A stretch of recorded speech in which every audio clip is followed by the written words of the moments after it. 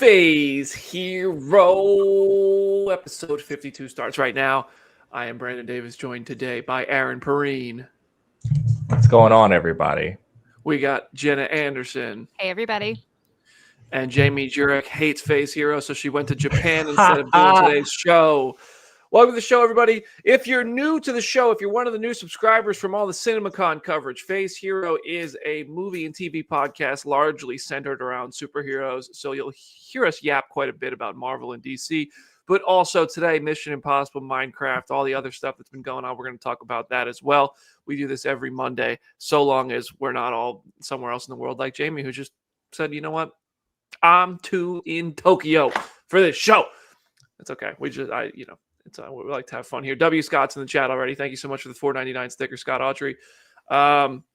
Today's show, we're going to recap CinemaCon, pretty much all the major news from all the presentations. It is done. We're going to run through that.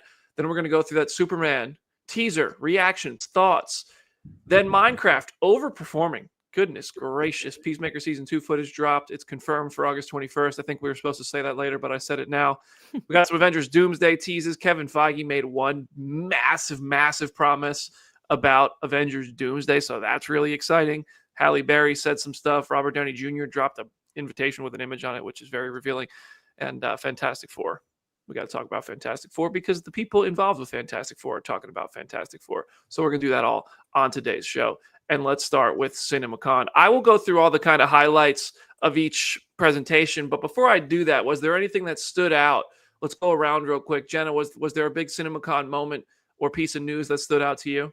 Definitely the Spider-Man 4 title, like being live on the show as it was dropping was kind of wild, and literally verifying of like, oh, that is real. We are really going with Brand New Day. But just even like not being in the room and still reading footage descriptions of the trailers that screened only in the room. Like we'll get to it with like the Wicked trailer. Like the descriptions I read of those already made me cry. And I'm like, I'm going to be a mess when this trailer ultimately drops. But yeah, it was a very interesting kind of mixed bag of things, but I think we've also gotten a lot of like officially released trailers out of it, which is very good. Aaron, what did you think of CinemaCon? Was there anything that stood out to you? I would like to highlight Universal's beginning, where they had the live orchestra playing all the music for different movies and stuff. It was crazy. We were hearing about it from inside the room, and then of course that same orchestra delivering the score for Wicked for Good sounds like a heater. It sounds like we're going to be back again. It's going to be great. I can't wait for Wicked. If I could see one footage from CinemaCon, honestly, Wicked. I don't know if it's Wicked, but it would be up there on my leaderboard of things I wish I could have seen out of there. For me, the John Wick news was really exciting. It's one that neither of you mentioned that I'm very excited about. And being live for Spider-Man was awesome. I will say, I want to point out something. I've noticed that our podcast episodes get more downloads for these episodes where we're talking about news, we're running through news, and less downloads for interviews. And interviews perform better on video. Where I just find it interesting if people listening, guys, we're going to try to keep doing more and more news stuff for you because I've noticed that's what audio listeners want in podcast form. So if there's news you want, if you want dedicated episodes to news things, open to trying that out because our number one downloads month after month. Number one downloads are usually immediate reactions to trailers. Like that Fantastic Four trailer reaction, actually the biggest episode on podcast downloads we've ever had. But yeah, I just find that interesting. But for our live viewers, they like interviews, or the video viewers. It might just be distribution too. I don't know. Thank you, Dilo Expo, for the 20. My best poem. Let's go, Phase Hero. Nicely done. W's in the chat for Dilo Expo. They're already piling in. Thank you, guys. All right. So here's what happened at CinemaCon. We'll go. This isn't in any particular order. Sony revealed the Beatles cast and Spider-Man 4 Brand New Day and Spider-Man Beyond the Spider-Verse got a release date. I already forgot what it was. It was 2027, right? Yeah. Mm-hmm. Do we know what the exact date was? It's after Secret Wars. I remember that much. Yeah. Beyond the Spider-Verse arriving after. Let me get the exact date. Should have had that ready. That's my bad. June 4th, 2027 for Beyond the Spider-Verse. This was supposed to be 6 months after Across the Spider-Verse. It's more like probably closer to 6 years than 6 months. But we have a date. What We talked about this on the last show, so we won't spend too much time on Spider-Man, but the Beatles cast was also revealed. And that do you know, remember who all four of the Joseph Quinn's in that? Joseph Quinn, Barry Keoghan, Paul Mescal, and Harris Dickerson, I want to say. And I like Harris Dickerson. And then they're doing like a Rashomon style thing of like it's 4 separate movies that they're going to release all at once, seemingly, or at least in the span of a month. And then they're trying to make it like a bingeable theatrical experience, which sounds bananas, but I'm very, very curious and delighted to see like what exactly that entails. Roscoe's on point. That's exactly what the marketing strategy for the movie probably needs to be. Yeah. The Fab Four internet boyfriends together. Yeah, that's going to be an interesting experience. The Beatles cinematic universe was not on my bingo card, let alone bingeable Beatles cinematic universe where you can see all 4 perspectives. I wonder if there's going to be like a best order to watch them in to get the best experience. If they are all releasing at the same time, should you watch Ringo's movie first? Should you watch Paul's movie first? And you know, when do you watch Captain Marvel? Is it chronological order or release order? Well, I'm dreading the like Oscar contention for these movies because it's like, do you just submit 4 Best Actor nominees? Do you submit 1 movie and every single performer in it for like 1 lead and supporting? Like that is going to be a logistical nightmare. I don't envy them. They're probably going to have to create like a new rule at the Oscars because of how all the nominating is going to go for that movie. Yeah, and like, do you have to buy a ticket to all 4? Do you just hop out of one and then roll into the next one? Like, how does that work? Because that's $100 a person just to see all 4, and that's not if you live anywhere other than LA. If it's in LA, you got to pay a Nashville mortgage just to see this movie, or see this movie in its entirety. Let It Be was one of my favorite things last year, so I'm intrigued, I guess. Although it's funny, many internet people have said they don't look nothing like the characters they're playing. So I'm like, I don't know, guys. We'll see. I'm not tremendously excited for that. I mean, like, I'm gonna watch it. It sounds cool, but I don't like. I find the concept of these 4 movies cooler than the movie itself. Like, I'm not super into Beatles lore. I'm okay, but for the people who are, I'm very happy for you. Lionsgate, my personal winner of CinemaCon. They announced John Wick Chapter 5 with Keanu returning, Chad Stahelski directing. They showed some ballerina footage, which got everybody in the room excited. An animated prequel is coming for John Wick with Keanu Reeves voicing the part, directed by Shannon Tyndall, who just did Ultraman Rising, a very good movie on Netflix. So that's really cool. I'm very excited for this. Lionsgate also announced Hunger Games, Sunrise of the Reaping. Francis Lawrence is returning to direct it. They're also getting the original writer of the first Hunger Games to come and write it. And they're saying this is more in line with the original Hunger Games movies, which I think a lot of people got very excited about. Lionsgate's my personal winner. I think they had a lot of good stuff shown there. Did anything stand out to you guys from Lionsgate? As someone who has already read Sunrise on the Reaping, like I tore through it in 2 days. Like the little teaser that they put out too, it was just like an animatic, but it has Easter eggs. If you've read the book, like it's a pretty surprising kind of dense teaser. And I'm just excited to see like what this movie ultimately ends up looking like. Cause like not getting into spoilers at all, there is a lot of it that could be revealed ahead of time, could be kept as a secret until the movie comes out. Like there are definitely a lot of surprises within the movie itself. That book series and movie, they have proved Teflon. Like I was mad, like what's going to happen with this when they announced that the prequels, and it did great. So yeah, but my winner is absolutely the animated John Wick movie. I mean, Shannon proved you really bringing it on Ultraman. Now we just need to get Chris Sean in there. Yeah. That'd be cool. Animated thing. I need him to be in there. They also had Now You See Me 3 got an official title. Now You See Me, Now You Don't. And now they announced Now You See Me 4. Mark Hamill starring in the Long Walk Stephen King movie. He's the antagonist. The Housemaid got great audience reactions. Hurry Up Tomorrow, another one. Coy said it looked intense, super atmospheric, and hallucinogenic. And then they had The Weeknd close out the show with a 15-minute performance for Lionsgate. So that was pretty cool. Lionsgate goes big. They do a good job of doing a lot of good footage, moving it quickly, and then also having some news. Which, let's get cut over to Warner Brothers real quick.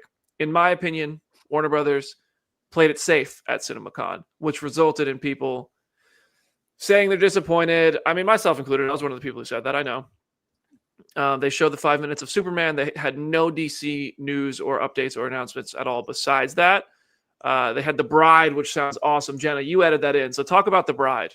It is Maggie Gyllenhaal's take on Bride of Frankenstein. It is filmed partially in Chicago, so I'm definitely excited to see what that looks like. And it has Christian Bale and Jessie Buckley starring as Frankenstein and the Bride. And based on like the reactions from people in the room, it sounds like it's going to look insane. Like this might be the Nosferatu of the next like award cycle of just this very goth punk kind of love story thing. So I'm really excited for that. On the point of like the DC news, I think that they played it safe very smartly. I think like if CinemaCon ultimately at the end of the day, as much as it is for the journalists and it is for the fans that are out of the room, it's for the theater owners who are in the room. And they have sat through so many presentations talking about like the hierarchy of power. Here's how the DC universe is changing. Here's all this new stuff we have on the horizon. And like, we know that stuff is coming, but I don't mind them just focusing on the cast of Superman, the chemistry of the cast, and how good Superman looks, because that definitely will sell the movie to people. And then everything else will come after. You know, for the most part, I do agree with you. It was that expectation which led to the disappointment, and the fact that James Gunn said we have some surprises for you when he walked out on stage, and then proceeded to have no surprises other than the 5-minute footage, which was released online the next day and is playing before Minecraft. I think it was released online because leaked versions were getting online. And James, I respect the hell out of the fact that he said, put it out there. I don't care if this is a marketing tactic to sell tickets for Minecraft. A, Minecraft didn't need the help. B, let people see it in high quality, high definition. But yeah, I mean, Warner Brothers has some bangers. Sinners, I talked to people who saw Sinners this weekend when I did The Amateur. The Sinners junket was the day before The Amateur. The Amateur was okay, by the way, Disney movie. Well, 20th Century Fox movie. But Sinners is getting like rave reviews. I'm hearing it's absolutely incredible. They also had F1 on display at CinemaCon, which looks and sounds amazing from everything we hear about it. One battle after another Leo movie, Regina Hall and Tiana Taylor as well, Paul Thomas Anderson. So Warner Brothers had some good stuff out there. It's just ultimately, and they also Mortal Kombat, Conjuring, Last Rites, Final Destination, Bloodlines. And then didn't they announce some animated stuff too? Or Cat in Hat. Yeah, new Looney Tunes, which is kind of funny in the grand scheme of things. If like Coyote versus Acme gets sold to another company, but they're still making Looney Tunes. Aaron has thoughts about that, I can tell. Oh, it's so funny that like you can't figure out a way to like make money off of like one of the most like resonant, easily identifiable brands on the face of the planet. And I'm sure that catch-up entertainment movie, like now, because of the weird marketing push, is absolutely going to do insane numbers next year when it comes out. And y'all better show up. We made a lot of noise about showing up. We better show up for it, you know? I don't know if this was announced at CinemaCon, but I'm seeing this right now on cinemovie.tv. Bad Fairies, The Lunar Chronicles, Emily the Strange, The Flintstones, and Looney Tunes, all part of the WB animation slate. Oh, Weapons. Weapons was one that got a lot of reactions. Zach Kreger, who did Barbarian, has a new horror movie called Weapons. And I remember Coy's tweet about this. He said it looks so scary that he doesn't even know if he's going to see it. Like, that's how startling the footage was. Josh Brolin and Julie Garner. Children from Garner's classroom go missing in a mysterious way. Is the teacher to blame? Is the question of the movie. So Warner Brothers, I think, had the safest presentation. There was no big surprises at all, but some good footage. And for me, Sinners and F1 are two of my most anticipated movies of the year by far. So that's their highlight. Paramount had the Mission Impossible trailer. The Mission Impossible trailer is online now. Looks awesome. It's a long trailer too. It's like, isn't it like 4 minutes long? Am I making that up? It felt long, like adequate enough for what they need to do to sell the movie. Like at this point, I don't need another trailer after this one. I feel like they showed more than enough. I also saw a tweet from someone, I think, who writes for Empire, who did a whole cover story on the movie. And he said there's one stunt that he saw when he visited the set that is not even in any of the trailers. Like they're saving it for the movie itself. And like that has me excited because like if they're hiding stuff, I know we talked about like seemingly someone like almost had a heart attack during one of the test screenings. Like I'm excited to see what they're not showing us. I can't wait for Mission, man. I can't wait for Mission. Yeah, that movie's also very close, by the way. That's a late May movie. We're already more than a week into April. It's crazy. Wild. Jesus, where's 2025 going? Naked Gun and Running Man showed footage in there. I haven't seen descriptions of those yet. Did you guys catch anything from those? The Naked Gun trailer's already out.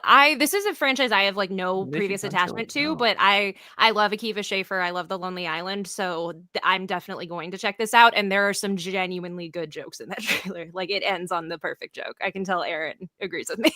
Yeah, I mean, I saw all the chatter. I was surprised because we didn't know what to expect in that. Apparently, it's really funny, so I'm Yeah. looking forward to that. And Running Man sounds cool. Like Yeah. I'm very excited to see what that looks like. I know friend of the show Rachel Leishman lost her mind seeing that footage in the room, so I'm very excited to see what that looks like because I love Edgar Wright too. Yeah, Paramount last year just had a whole onslaught of announcements, and this year they had a lot of footage, is what it seemed like. Amazon's big standout for our pocket of the internet was the Masters of the Universe behind the scenes reel. They dropped that one image teasing it. Amy Pascal and David Heyman are working on a new James Bond. How do we feel about Amy Pascal working on James Bond? Intrigued? Intrigued? For lack of a better term? That's the optimism you're bringing to this? I like it could be it'll be interesting regardless. I'm very curious to see, especially given like the highs and lows of the Spider-Man stuff that she dealt with. I'm very curious to see like what kind of flavor we get with Bond. I feel like there's a lot of directions it could go at this point, which is also why they're bringing both of them on board, but I don't know. Until we know more, intrigued is definitely the best adjective I can think of. I think that with her being aboard, it signals, yes, this is going to become like a regular franchise thing. Like there's going to be a little bit more regularity to the schedule. They really seem like when they bought the rights or at least acquired a majority of the rights. I don't know what the business legalese for this is, but like they own it now. They're going to make sure like they want this thing to be as big as possible. And it's funny because I feel like James Bond was already big. So what I'm gathering is we're going to get an M movie. We're going to get a Moneypenny movie. We're going to get everyone else, and James Bond is going to be in none of the movies. Go watch Pennyworth. Yeah. Brandon just frustrated. That joke, thank you. I'm sorry you had to watch Venom and Morbius and Madam Web, but thank you for understanding. David Heyman produced the Harry Potter movies, so I mean, between these two, there's a hell of a resume. I know Amy Pascal gets our jokes because she produced the bad Spider-Man universe, but also is a producer on Tom's Spider-Man universe, which is adjacent and made Kevin Feige a meme. So, I mean, I'm there day one. It was at CinemaCon, which confirms this is going to theaters. You know, hopefully it's good. Hopefully it's good. I'm just obviously going to keep making my jokes as I do. Universal, we talked a little bit just now earlier. Wicked for Good dropped its trailer. Sounds freaking awesome. If I saw that in there, I think I might have started levitating. Jurassic World dropped a new trailer, but there's plenty of that online. And How to Train Your Dragon not only showed the whole movie, which got very positive reactions from everybody I saw, but that's always the case, we know. But still, I believe it. I believe that movie's gonna be very good. I've seen like 15 minutes of it. And How to Train Your Dragon 2 in live action was already announced. So they're clearly very confident in How to Train Your Dragon. What were the takeaways for you guys from Universal? Like I said, the Wicked trailer description made me cry. The day that gets released officially, like I'm going to bawl my eyes out. It's going to be wonderful. And yeah, just like hearing the confidence that they have in the How to Train Your Dragon stuff, like it also helps they're just launching a theme park that is all How to Train Your Dragon themed. Like that definitely doesn't hurt either. But it definitely sounds like these movies are going to be special if they're already like doubling down on doing it and if the response is as positive as it is. I really was drawn to a lot of the smaller stuff because I think I was live blogging this for #show. Him, I don't know what's going on, but I'm gonna be there, Jordan. I'll be there. Is Jordan Peele a horror movie, sports horror movie starring Marlon Wayans? I want to say no more. Sure, whatever. Sounds great. Also, like Blumhouse is like a part of their whole little thing, and those were weird. These are not the Aaron selections, but they were interesting. So, like, they going all in on Five Nights at Freddy's and the Megan 2.0 trailer and weird dancing to Britney Spears. they know what they're doing over there, you know? By the way, for those listening, Him is a football horror movie. Yeah. Which is like Marlon Wayans, Tariq Withers taking place with it's a college football star who gets injured and then gets coached by one of his idols, and then it just gets more and more out of control and becomes a terrible thing. The poster is like staples that would go into a bodily gash, but where the laces of a football go with blood dripping out of it. So that movie sounds pretty insane. Aaron, no bad guys 2 excitement. No, the first one was really delightful. That's probably going to be really, really good. That was in there. I'm trying to think about what else, because like I was just sitting there. Junior was just like tweeting me or Black texting me. Phone stuff, Part like, what's 2. happening? Huh? The Black Phone Part 2 showed some stuff. Oh yeah. Which 100%. I believe in Scott Derrickson. I think the Black Phone, the first Black Phone, is really good. The second one, I was reading people were saying it looks really scary. Megan 2.0, it's basically military Megan. What is going on there? Or Megan versus the military? I don't know. And Super Mario Brothers 2. Oh yeah. Yeah. Right. So that Shrek 5, all those got release dates. Super Mario Brothers 2, April 2026. Shrek 5, Christmas 2026. And Minions, July 2026. Have Minions like 5 now? 3? 5? I don't know. Too 5 many. sounds right. Yeah, there's a lot of Minions. A lot of Minions going around. All right, now let's talk about Disney. They showed, lots of stuff that we care about here on Phase Hero. Tron Ares trailer is available online now. Go watch it. Do we want to talk about Tron? I will say I was in the room when they showed stuff at D23 last year when Jamie was also at D23. They kept a lot hidden in this teaser that they released this weekend. Like there's a lot of stuff that they still haven't shown that they showed at D23. So I'm excited for people to see more, and I'm excited to see like what the response to this movie is, because based on what I saw at D23, it looks bananas. Yeah. I've been waiting for this movie for like a decade, man. I've been waiting for forever. Like I want to go to Epcot and ride that damn Tron roller coaster so bad. It is intense. I could not keep my glasses on because I knew they would just be lost somewhere, like when you go on the overhang and literally like you blink and it's suddenly over. But it was worth it. It was just like I immediately ate breakfast and then went on that ride and regretted it for like an hour afterwards. It was nuts.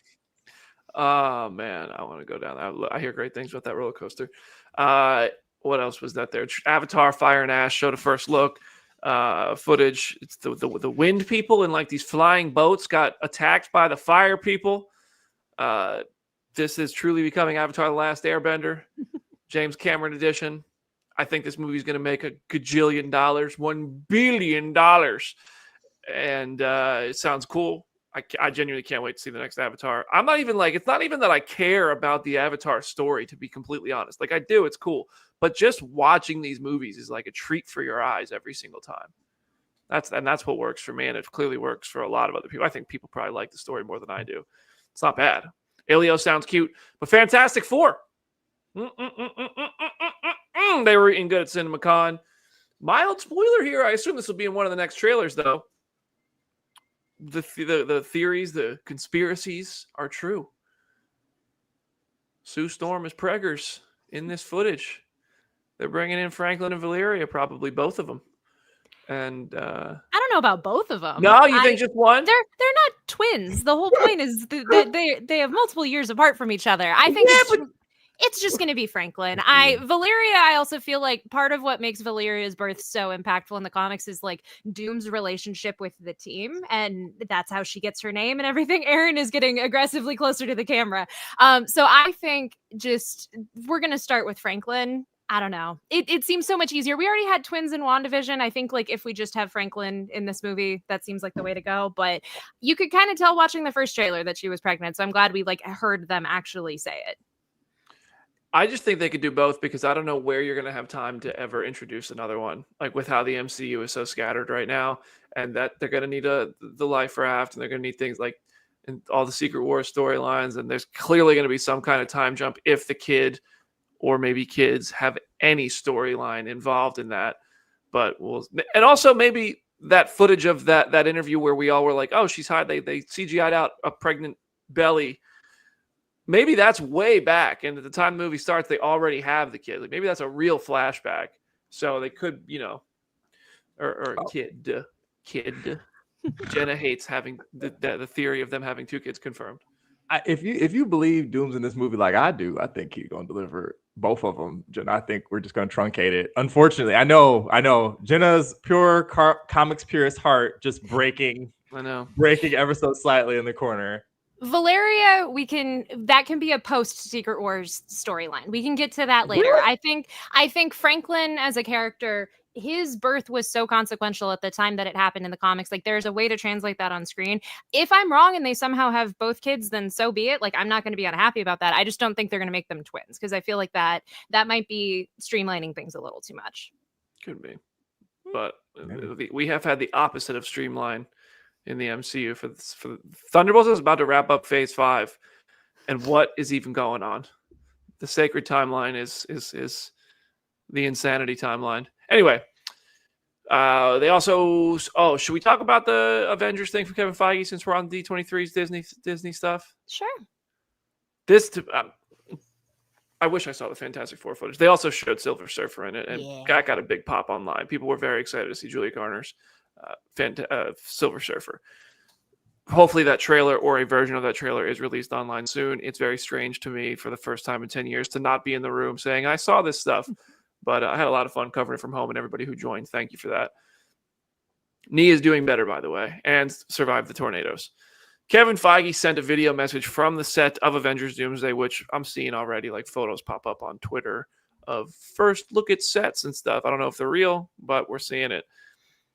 He said, Doomsday, quote, will focus on the Avengers, Wakanda's Fantastic Four, Thunderbolts, and original X-Men all fighting Doctor Doom. And he also confirmed that all the names from those chairs were not all the names from this movie. I think this is really exciting. Really exciting. Original X-Men is obviously the one that pops for me. What are you guys thinking? I'm glad that he kind of hinted at this much, because I know we were all our brains were twirling with the Avengers versus X-Men theories, and like if that ends up just being the plot of the movie, which it still could be just based on this general conceit. But it's interesting. I love that he said Thunderbolts in that specific way and not just Avengers, because I know the theory has now just become the Thunderbolts will become the full-blown Avengers, whereas I think they'll be the Dark Avengers or something like that if they do change their name in the movie. So it has me excited. But again, a lot of these people, like we were saying, this has all been so scattered. A lot of these people haven't even met each other. So I'm excited to see that first and foremost. Yeah, that's the biggest thing to me is they haven't met. But if you trust the Russos, you trust the Russos. Like they're gonna make all of this stuff work. I sure hope so. I sure hope so. After all that's happened, getting I guess named teams is interesting. I think that all eyes are on Thunderbolts now. Like for sure. Like something weird happens in this movie. Like something strange has to happen in this film to get us to where the next movie is basically Fantastic Four, which is going to probably be Avengers Doomsday Prelude now, which is great. So I go back to David Arbor, and when I interviewed him for Violent Night, said we get to drop a bomb in the MCU, and he wouldn't say what it is. So something like you're saying in Thunderbolts has to happen there. I hope something happens in Thunderbolts so that it's not just all on Fantastic Four to do any sort of lead-in for the cohesive necessity for an Avengers movie like this that's bringing so many people together. Notably absent the Guardians of the Galaxy. That's for me the biggest absence. And I don't know what you'd call them, but like the Marvels also not included in this description. I think Captain Marvel would be the Avengers, right? Yeah. So, yeah, Thunderbolts, all eyes, tickets on sale now for Thunderbolts as of today. And let's just wrap up the Marvel stuff while we're here. Yeah, Halle so Berry. yeah. Well, and also on the Doomsday topic, Florence Pugh and David Harbour told Entertainment Tonight that they still hadn't read a script for Doomsday yet when they were at CinemaCon last weekend. So that's interesting, given I know they're usually very secretive with who gets what. I remember Sebastian Stan talking about like he just gets his lines of dialogue and nothing else. So that's not super surprising, but it still is interesting, especially given how many people are in this movie. Yeah, I agree. I think they're probably still working on the scripts. I think it comes down to that. And then also on the Doomsday front, before we get to Halle Berry, where is it? Where is Robert Downey Jr.'s birthday invitation card? Which mine must have got lost in the mail, but that's okay, Robert. Let's see. Let's share the screen. I got the Thunderbolts trailer song stuck in my head. So Downey shared this. Or not Downey, somebody got a hold of it. This was the invitation to Robert Downey Jr.'s birthday party. This is, that's an old photo. I used that photo. Robert Downey Jr.'s hair looked like this at the party. Long, curly, a little swoopy to the side there. Some gray streaks. Obviously, we're all sitting here going, this is the first hint and look at what Dr. Doom will look like. Takeaways, thoughts, comments, questions, concerns? I don't think it's the official first look. I don't think that this is. I think this is just his artistic interpretation. This was just he told an artist to draw him in a specific sort of way as Doom. People kind of blew this out of proportion, but I would be shocked if we ultimately get this kind of design for Doom. I feel like the way that they've talked about Doom in particular, they're at least going to honor the accuracy of the costume, and they're really going to like double down on that. And I think people have just kind of like made this into something much bigger than it should be. It's so interesting that everybody, once again, the crab rangoon theory, we always Yes. come back. We always come back. It is probably just an artist rendition of what he like feels like it is. Notice that at the bottom, there's those two regular classical looking Dooms at the bottom. Yeah. So no one's freaking out about that, even though they're on the image too. I don't think with the current storytelling structure / direction over at Marvel that they would piss off half the internet on purpose by not using what Doctor Doom looks like in literally every cartoon, comic, etc. for the MCU version of it. Yeah. You're already swimming uphill from other stuff. You don't need to make anything any harder. Just do the thing. And I'm pretty sure they are. And also, the Russos are big dweebs anyway. They're like us. They're big nerds. They love that old Doctor Doom stuff from like Secret Wars and the Hickman stuff. So why would they go different? I don't understand. Yeah. Yeah, I think maybe the hair is the only thing that's really a reveal there, because obviously they start filming. Also, shout out Downey, 60 years old. I mean, 60, and good for him. Good for him. Halle Berry talking about a storm return to Black Girl Nerds during a promo for Crime 101. Also starring Thor himself, Chris Hemsworth, said, quote, "Not going to be there. Keep waiting. Not going to be there."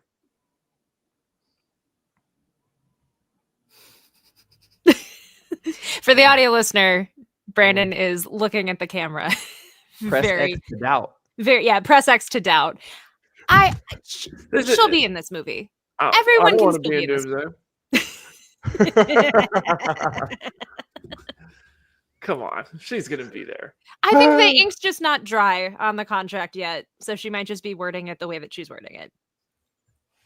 I hope y'all ready for this for 2 years or a year. I hope you're ready. Every single one of these actually get asked this, and they're going to respond in the exact same way, and we're just not going to know. Yep. Hey, chat, press X to doubt. X in the comments if you doubt. Big ol' X for X-Men and for the video game meme if you doubt this. Because I do. All right, let's switch over to DC if there's anything. Oh, wait. We'll have one more Marvel thing. Marvel thing. Yeah, so I am shocked we didn't get the FF trailer that screened at CinemaCon on 4/4, which was this past Friday. But we did get an Empire Magazine profile on the movie and a very nice poster and all of that. And so Matt Shackman confirmed to Empire that First Steps uses miniatures, practical sets, and vintage lenses as if the movie was made in the 1960s. And he said, quote, "I really wanted it to feel like it was made in 1965 the way that Stanley Kubrick would have made it within reason." So like even like the spaceship that they the rocket that they use to go to space is like made with miniatures. I love this. I love this attention to detail. It makes me very happy. Aaron, I feel like you probably have thoughts as well. Oh, I really enjoy everything I hear about this movie. Makes me more excited about it. Like literally everything I hear about it is like, oh my God, like the practical sets, like the lenses, all this stuff. Like I too am not immune to propaganda when it comes to talking about these movies. And the more strange it sounds like, we're in for a treat. I think that Shackman is one of the MCU directors, kind of like the Russos too, where he's earned the trust to do some stuff, to do some things without everybody second guessing what he's saying. That entire Empire article is delightful too, because I think he kind of gets the Fantastic Four as well. Yeah. And I feel like that's the sauce that you need in the same way that James kind of gets Superman from the looks of that trailer, Because he also does say that there aren't other superheroes in the universe that the Fantastic Four are in. He says, quote, "There's no Easter eggs. There's no running into Iron Man or whatever. They're it." I still feel like there's going to be Easter eggs specifically relating to the Fantastic Four because I feel like they have such a long and prolific history. Like we're going to get stuff for that. But I'm glad they're at least tempering people's expectations of like, you're not going to get the 60s versions of the OG Avengers or anyone else. Like we're going to just save that for all of them coming together in Doomsday and Secret Wars.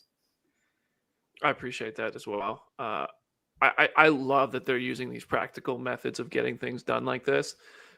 It's like I think it's one thing to make a movie that is sort of set in this alternate timeline, that's set in this alternate time period, it's another thing to really immerse us in it and make us believe we're there. And the musical score, the visual elements, the film style is all going to contribute to that. Like, I think there's just ways to do it. Like if Captain Marvel had leaned somehow more from the filmmaking side of it, because I saw Freaky Tales, what Anna Boden and Ryan Fleck with Freaky Tales, which is set in the 80s, is so much more 80s stylized than Captain Marvel was 90s stylized. They're capable of it. And it feels like maybe they didn't get a chance to. I don't know if I don't know. You know, you hear all the time about when you join a franchise, especially Marvel, sometimes you're not allowed to do the stylish stuff you want to do. And maybe they did, maybe they didn't. Who knows what happened? But I found that the stylized version, the stylized ways they filmed Freaky Tales, which we talk about in the interview that's available on the podcast, when it's not on the YouTube channel, it's only on the podcast, by the way. It just immerses you in that world more. So it's a long way of saying I'm excited to see what Matt Shackman did with miniatures and lenses and stuff like that to really immerse us in this alternate 60s that I think is going to be freaking awesome with Fantastic Four. Yeah. What we got? What else we got? Oh, here we go. We got DC stuff. So I guess we'll start with Superman. So as we mentioned, they showed 5 minutes of the movie at CinemaCon, and then a day or two later, they put it out online because it was going to be screened in front of screenings of Minecraft, and they didn't necessarily want cam rips and pirated versions of it making around. I am so thankful for this because I wanted to definitely see it, and I wasn't sure if I was going to go see Minecraft. But the footage is an extended edition of the Crypto Take Me Home sequence from the first trailer. And then there's kind of a new version of the trailer with a couple alternate shots and a couple things kind of mixed in. So I want to hear everyone else's thoughts before I start yapping like crazy. Aaron, what'd you think? Everything that I would have been worried about in the production of this movie, from everything we've seen, I have no real doubts about it. I mean, like, I love that we're pulling from all of the Superman mythos, like in a really ridiculous way. I never thought I'd see Superman robots on screen. Never thought I'd see it. Straight up. I was like, either a project won't get far enough down the road or it'll get canceled and they'll reboot it again and we'll just never get there. So that kind of stuff, Crypto, the Fortress of Solitude looking so good. Brandon, whenever you talk to James Gunn, please ask him about this big door. I feel like that big door exists. Which is crazy because like it's a unimaginably huge thing that gives it, it feels kind of weighty and like it's there, which is hard to do in these things. So indicative of anything else, I'm just really encouraged. And there's like a little light humor. The Donner movies have that kind of light, nice humor to them. We cover a lot of like old movies and TV shows over on Free Space, and I'm like, yes, lean into like the old Superman stuff. I am really excited. I'm really horribly encouraged. I'm with you guys. Unsurprising. I thought this looked great. I think that Crypto being an absolute menace of a pup. We've all been there with our dogs at some point when you're like, go to the bathroom real quick. Okay, come inside. And then they give you like the like they want to just start running around. They got the zoomies.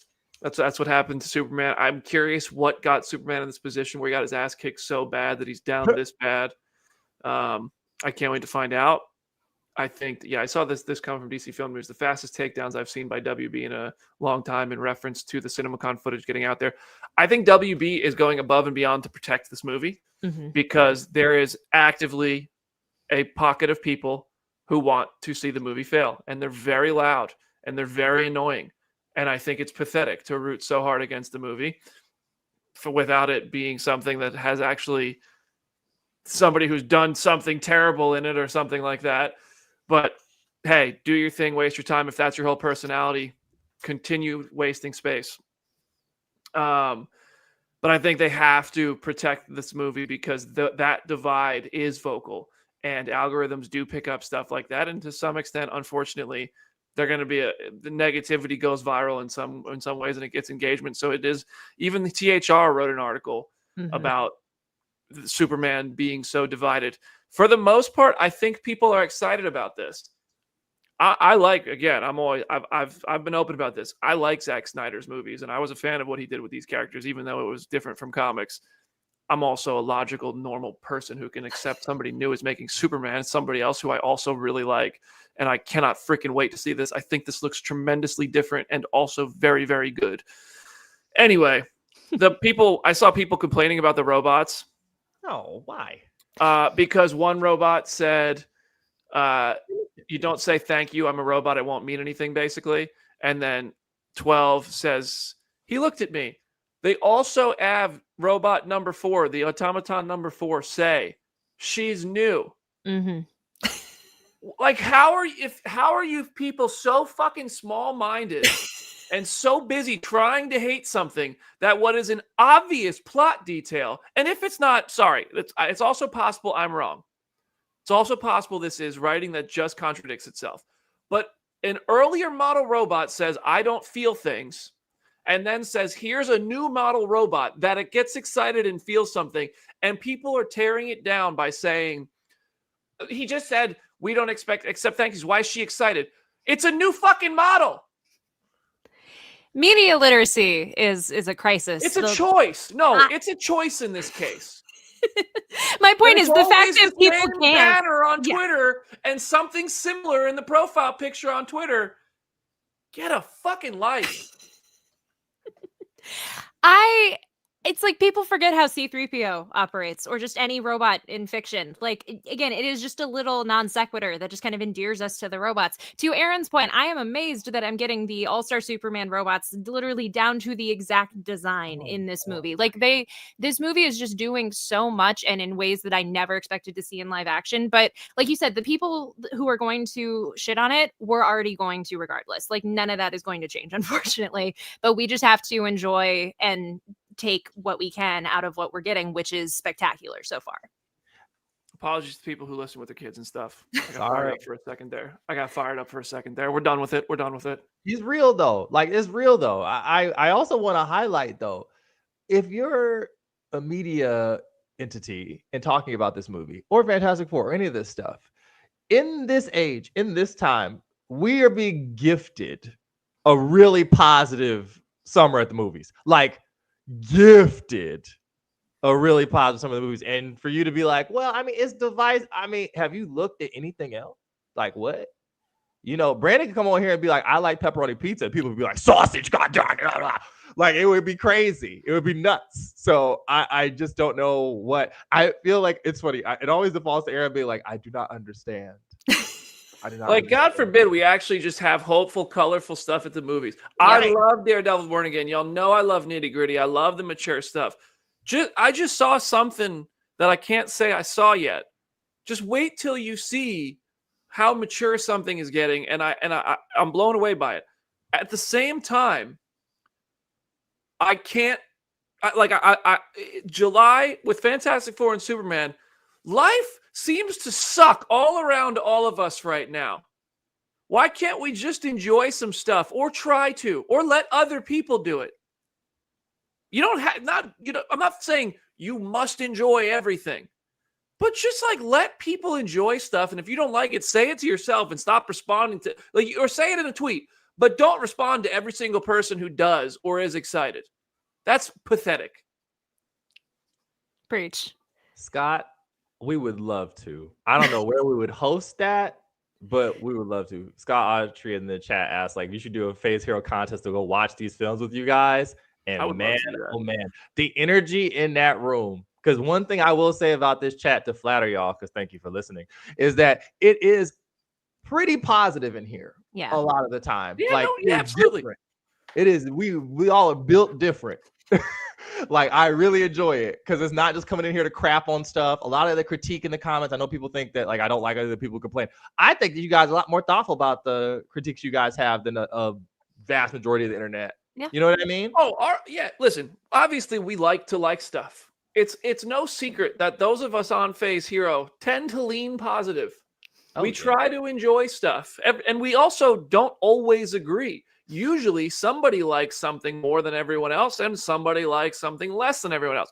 Jamie hates everything, confirmed. I was going to say, go listen to our Craven episode. Go listen to any time we talk about Madam Web. I think Madam Web sucks, and I joke about it. Jenna does not think Madam Web sucks. Guess what? We're still friends. Because I don't sit here and say, Jenna, you're stupid, Like, no, I would never. I don't think that. I don't say that. That's like, I don't know. The fact that we're even explaining this, yeah, whatever.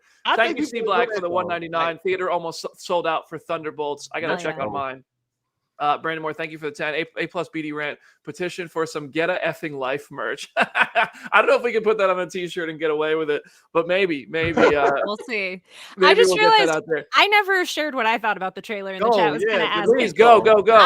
I think it is, again, I think it is exceptional. I think the scene that we got is so delightful. I have a full video breaking this all down on my channel, by the way. Like, that immediately became the rest of my day, was just breaking all of this down frame by frame. The fortress looks incredible. John Murphy's score just sounds so great when Crypto's like running and carrying him. Between that and Michael Giacchino's FF score, like, my Spotify Wrapped is so screwed this year, and I'm so excited for it. But I think this was the perfect way to remind people of this movie, show them a little bit more of the movie. Even just the colors on the new logo treatment just make me very happy. But I think, like, we will get a second trailer, hopefully sooner than later. But I think this was the perfect way to kind of like bridge the gap between the two and like show new without having to get it lost in everything else that was going on with CinemaCon. Yeah. I want to say, I showed Papa Perrine the teaser. Mm-hmm. And this is notorious grouch. Papa Perrine is worse than me, like way worse. And he was like, "Oh, that looks really good. We're gonna be there first day." And I was like, if this man wants to spend money on a movie ticket, I love you, Father. You're not gonna listen to this. Cheap. Nola Perrine wants to watch this on day one. I think you probably should be excited. I think there's something to glean for everybody. Yeah. That makes me so happy. And also the footage seemingly confirms that Alan Tudyk is voicing one of the robots, because he definitely sounds like he's 4. And then it sounds like Michael Rooker is one of the other robots, the one that's like reading the list of all of his injuries. So we have no consciousness whatsoever. Yeah, that's definitely Alan Tudyk. Which I remember when Alan Tudyk was cast, they were saying like, it's not Dr. Phosphorus, it's not Will Magnus, it's not any of the other roles that he's played. I had a feeling it was going to be Kel-X or like one of these robots. So I'm glad that ended up being the case. There's also other voices you can hear in the footage, but we won't talk about those because they're kind of more in spoiler territory. But yeah. There's a voice that you can kind of hear when they're carrying him into the fortress. I won't say anything more about that, but if you saw certain rumors on the internet a couple of weeks ago, they may or may not confirm those rumors. I'll leave it at that. Yes. Hey, thanks for the 5. Superman looks great. B's right. I clicked on one negative video by accident all weekend. YouTube fed me nothing but a negative algorithm. It was awful. Facts. No, that's like Facebook too. Like every once in a while, I'll be scrolling Facebook because I post on Facebook. I have like a Facebook business page, Brandon Davis BD on Facebook, same as everything else, and I try to post on it once a day. And I'll scroll through that algorithm, and I'll see something like, I don't know, like it'll say Halle Berry refuses to return to Marvel or some shit. That just, that's not what she said. We talked about that already, so that's why the example. And I don't even know if that's something I saw, but it's like, it's something negative, then it'll catch my attention. I'll look at it, I'll go, oh, this is just bullshit. But because it caught my attention, it feeds me 10 more. That's how algorithms work, by the way. I do this for free. I know. I don't know. The negativity about this stuff is ridiculous, though. But yeah, I'm so excited because even like what they were talking about at CinemaCon, James confirmed he's specifically cited pocket universes and magic being in the movie, which magic is one of Superman's weaknesses in the comics. So that's kind of cool to hear that that's part of it. And then pocket universes are a whole separate thing. People have also pointed out that even technically where Peacemaker stores all of his helmets in season 1 of Peacemaker could also be seen as a pocket universe. So that might not be the first time we have that, but like Mixie and all of the little like 5th dimensional stuff that we get from Superman lore definitely is rooted in that. And then since you have Crypto up on the screen right now, David Cornsweet told Fandango that Superman is sort of fostering Crypto, which is interesting because Crypto plays a role of sorts in Supergirl Woman of Tomorrow. So I'm very curious to see if there's a sort of arc with that, especially now that we know we're getting Crypto shorts in between there too, of like, is Crypto technically Kara's dog and Clark is just watching him for a little bit? Like, that's definitely interesting. I mean, going into Woman of Tomorrow, that would make some sense. Aaron's mind's blown. Man, what? That's good. That's the good stuff. We keep that Reynolds Wrap factory in business, baby. Easy Film News. No harm should be dealt on Crypto. Absolutely not. If Crypto gets hurt, we riot. All right. Superman, we're all very excited. July can't get here soon enough. And then right after that, we got August. And in August, we got Peacemaker. Yeah. So they showed very, very brief footage for Peacemaker season 2 in the latest HBO Max sizzle reel that aired after the White Lotus finale last night. And it premieres on Thursday, August 21st on Max. There isn't really a lot to talk about in the footage. It's just kind of John Cena parkouring off of buildings and giving a thumbs up as an explosion happens. But I'm excited. I'm glad we have the August release date confirmed because this show is going to be so special. And like season 2 just feels like it's going to be bananas. I will say, I see a lot of talk about this, and I'm among the talk, is this specific shot of John Cena's Peacemaker in a very cool button-down shirt, looking like he just, I don't know what he was doing. If he's in Tampa or Vegas, could be either way with that outfit. But I think that, like, this shot just doesn't look very good. I know, and I'm going to lean positive. I'm focused on the shirt. But I saw this is what I'm talking about with the negativity. We get Peacemaker footage, and I know I'm very excited for Peacemaker season 2, but this ends up being the thing people talk about. I don't know if it's a green screen. I heard somebody explaining it to me that the smoke is CGI in the back, which is why it looks a little wonky. Guess what? The show's not done. Is it? Hold on. Let me check. Oh, yeah, it's April 7th. It's April 7th. The show comes out. It's another month with an A, August. It is what it is. This stuff doesn't really, like, hinder my excitement. That, like, if everything looked crap, yeah, sure, I'd be mad. But, like, what are you gonna do? I don't know. I didn't even notice that the smoke looked any particular way. I was just more like, yay, new footage. This is great. James, when he tweeted out this teaser, basically said, like, they're just finishing work on the first episode of season 2. So, like, again, it is still so far away. There's still so much work to do. I feel like we're not even going to get a proper trailer for this until, like, really, really close to Superman, probably, just to kind of, let the show be able to cook as much as possible. But we're still so far away from it. It's just, again, people need to find some reason to nitpick something. Yeah, right. There's no story to talk about yet. There's nothing. Like, he's a superhero now is what he's told. So that's cool. But yeah, doesn't this take place after Superman technically? Yes. Yeah. And Rick Flag is going straight into it. Yeah.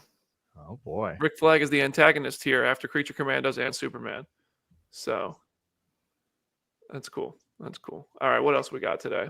Minecraft. Goodness gracious. Jamie's worst nightmare. Jamie's absolute worst nightmare. Minecraft made a gajillion dollars. By the way, everybody in the comments, I'm just joking about Jamie hating Face Hero and stuff. I saw somebody say it. I think somebody took me seriously earlier. I forgot who it was. I'm just kidding. We love Jamie. We hope she's very safely traveling to the other side of the world right now. I'll be there soon. Minecraft had the biggest video game opening ever, surpassing Five Nights at Freddy's and Super Mario movie. $301 million. $105 million. Wait, no, $105 million budget. That was according to a tweet I saw. That might not be entirely accurate. I see. Google says 150. I might have just gotten the numbers mixed around when I put. Either way, yeah, massive W for Minecraft. Big L if you have to clean movie theaters. Oh my geez. Kids are getting insane at the Minecraft screenings. They are throwing their popcorn. They're throwing their soda. It's become a meme. Personally, I love seeing people go to the movies and basically having a party. I think some of it's gotten a lot out of control. Like, let's see. I'll pull one up. What do you guys make of Minecraft being so successful? It boggles my mind in the best possible way. But to your point, like the entire weekend, I kept getting more and more videos on my feed of kids screaming chicken jockey and just having the time of their lives. And I was like, do I need to now spend half of my Saturday going and watching this? I still haven't seen it yet, but like just to see the joy that they are all feeling. Granted, yes, some of them take it a little too far. Some of them are like destroying the movie theaters that they're in. But I think it's also a larger problem of we don't teach theater etiquette or just etiquette in viewing anything anymore, so people don't necessarily know how to act. But I think they're getting excited. It's something that they love. It's meeting them where they're at, and like they're going and communally watching it and not just waiting until it's on TikTok or until it's on streaming. And like that is beautiful to me. The comment, Brandon's comment under it is like how I feel. I'm like Jamie somewhere like shuddering.